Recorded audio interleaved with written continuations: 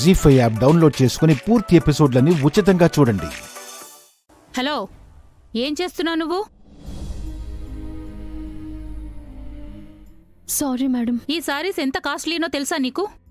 Threads పడిపోయి కాబట్టి సరిపోయింది. అదే కలర్స్ పడుంటే మొత్తం సారీస్ అన్నీ పాడయ్యేవి కదా. కస్టమర్కి ఏం సమాధానం చెప్పాలి?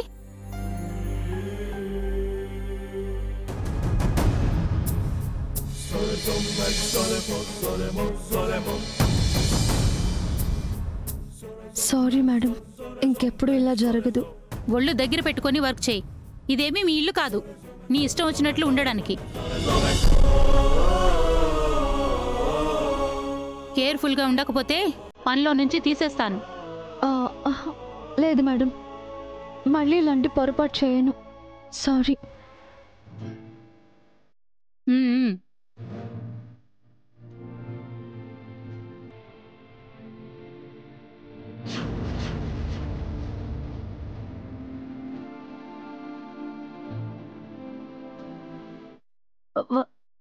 వద్దు పావని, తిరిగి వెళ్ళిపోదా? వసుతో మీరు మాట్లాడరా అత్తయ్య? ఇలాంటి పరిస్థితిలో ఎలా మాట్లాడను పావని? నా ముఖం ఎలా చూపించను? నా వల్ల కాదు పావని, వెళ్ళిపోదాం. ఇంటి దగ్గర కలుద్దాం.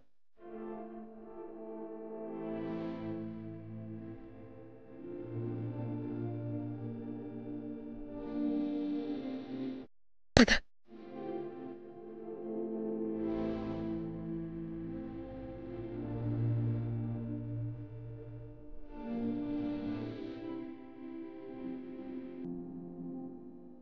ఏమైందక్కా? ఏమైందన్నా? ఎందుకంత పరధ్యానంగా ఉన్నారు? ఈ వాటర్ తాగండి.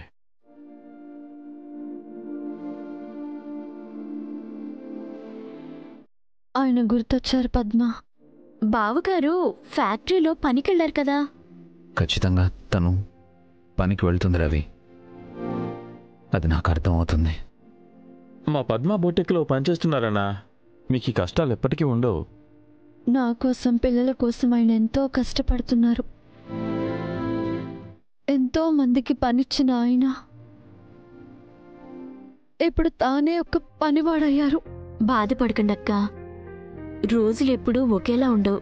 మీకు మళ్ళీ మంచి రోజులు వస్తాయి.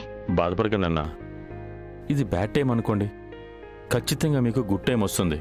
తన కోసం, పిల్లల కోసం నేను ఎంతైనా కష్టపడతాను రవి. కానీ తను కూడా కష్టపడుతుందంటే నేను తట్టుకోలేకపోతున్నాను. నా వల్లే ఈ కష్టాలన్నీ. నేను ఆయన్ని పెళ్లి చేసుకోకపోయి ఉంటే ఆయన జీవితం మరోలా ఉండేదేమో. తను పెళ్లి చేసుకొని కష్టపెడుతున్నాను. నేను తన లైఫ్లో ఉండకుండా ఉంటే బాగుండేదేమో. ఒక రాజులా ఉండేవారు ఆయన. దర్జాగా, హుందాగా ఉండేవారు. ఆయనంటే ఎంతో మందికి గౌరవం. ఎప్పుడు నవ్వుతూ నవ్విస్తూ ఉండేది. ఎంత పెద్ద సమస్య వచ్చినా సరే ఈజీగా సాల్వ్ చేసేది. పిల్లలతో పాటు తను ఒక చిన్న పిల్ల అయిపోయేది. అన్నదమ్ముల కోసం ఆలోచించి భార్య పిల్లల్ని కష్టపెడుతున్నాను రవి. నిజంగా ఆయన మహారాజు. ఆయన త్యాగం ఎవ్వరూ చేయలేరు. అంత గొప్ప వ్యక్తి ఒక సామాన్యుడిలా మారిపోయారు. రాజు ఎక్కడున్నా రాజే అక్క, బాధపడకక్క. ఏం చేస్తున్నారు అక్కడ? కబుర్లు తర్వాత, ముందు పని చేయండి. వదిన గారు, మీరు మళ్ళీ చిరునవ్వులు చిందిస్తారన్నా. ఫీల్ అవ్వకండి, సరేనా?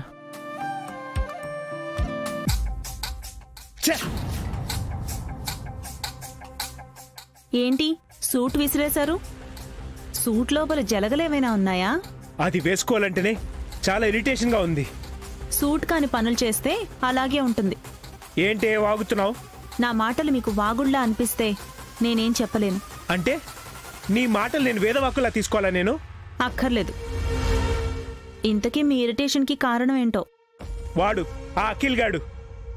ఏం చేశాడు? ఏం చేశాడా? ఆస్తి మనకొచ్చాక వాడు మారిపోయాడు. హారిక వాళ్ళ మమ్మీ నా మీద సెటిల్ వేస్తుంటే వాడు నవ్వుతున్నాడు. నాకంటే వాళ్ళే ఎక్కువైపోయారు వాడికి. ఏంటే నవ్వుతున్నావు? నేనంటే నీకు కూడా ఎగతాలైపోయిందా? నవ్వుతోంది నేనో వాళ్ళో కాదు, డబ్బు. పిచ్చిగానేమన్నా పట్టిందా? డబ్బు నవ్వడం ఏంటి? మీకు తెలీదా? డబ్బు నవ్వుతుంది, వెక్కిరిస్తుంది, ఏడిపిస్తుంది, ఏమైనా చేస్తుంది. డబ్బంత చెడ్డది ఇంకోటి ఉండదండి. డబ్బు చెడ్డదైతే అది లేకుండా మనిషి బ్రతకలేడు తెలుసా? అలా అనుకునే మీలాంటి వాళ్ళని డబ్బు ఆడిస్తుంది. మనిషి చుట్టూ డబ్బు తిరగాలే తప్ప డబ్బు చుట్టూ మనిషి తిరిగితే ఇదిగో మీలాగే బాధపడాల్సొస్తుంది. మరి డబ్బు లేకపోతే ఎంత ఇబ్బందిగా ఉంటుందో నీకు తెలీదా? తెలుసు. ఒక స్థితి వరకే డబ్బుతో అవసరం ఉంటుంది. మితిమీరిన డబ్బు ఎప్పుడూ ప్రమాదమే. ఆస్తి వచ్చిందని మీరు సంబరపడ్డారు, ఇప్పుడు ఇరిటేట్ అవుతున్నారు. మనశ్శాంతి లేదు అంటున్నారు. ఈ ఆస్తిని ఇంటిని వదిలేసి చిన్న ఇంట్లో ఉంటున్న అభివసులు కష్టపడి పనిచేస్తూ సంతోషంగా ఉన్నారు. ఇప్పుడు చెప్పండి, డబ్బు ఉంటే మంచిదా లేకుంటే మంచిదా? వింటున్నాను కదా అని లెక్చరర్ ఇవ్వకు. అఖిల్ గాడిని ఎలా దారిలో తెచ్చుకోవాలో నాకు బాగా తెలుసు. ఆల్రెడీ వాళ్ళు మిమ్మల్ని పక్కదారి పట్టించారేమో. నేను వాడి అన్నయ్యను. అభినే మోసం చేసినవాడు మిమ్మల్ని మోసం చేయడని గ్యారంటీ ఏంటి? అలా ఏం జరగదు. అనవసరంగా నువ్వు మా మధ్య గొడవలు పెట్టకు. నేనేం గొడవ పెట్టను. మీరే గొడవలు పడి కొట్టుకుంటున్నారు. మొన్నట్లాగా అన్నదమ్ములను విడదీసి కొట్టుకుని చంపుకునేలా చేయడమేగా డబ్బు చేసే పని. నేనేం గొడవ పెట్టను. మీరే గొడవలు పడి కొట్టుకుంటున్నారు. మొన్నట్లాగా అన్నదమ్ములను విడదీసి కొట్టుకుని చంపుకునేలా చేయడమేగా డబ్బు చేసే పని. మెల్లమెల్లగా మీకే అర్థమవుతుంది. పోను పోను మీరే ఇలాంటి చిత్ర విచిత్రాలు ఎన్నో చూస్తారు. మనుషులతో డబ్బు ఎలా ఆడుకుంటుందో మీరే చూస్తారు.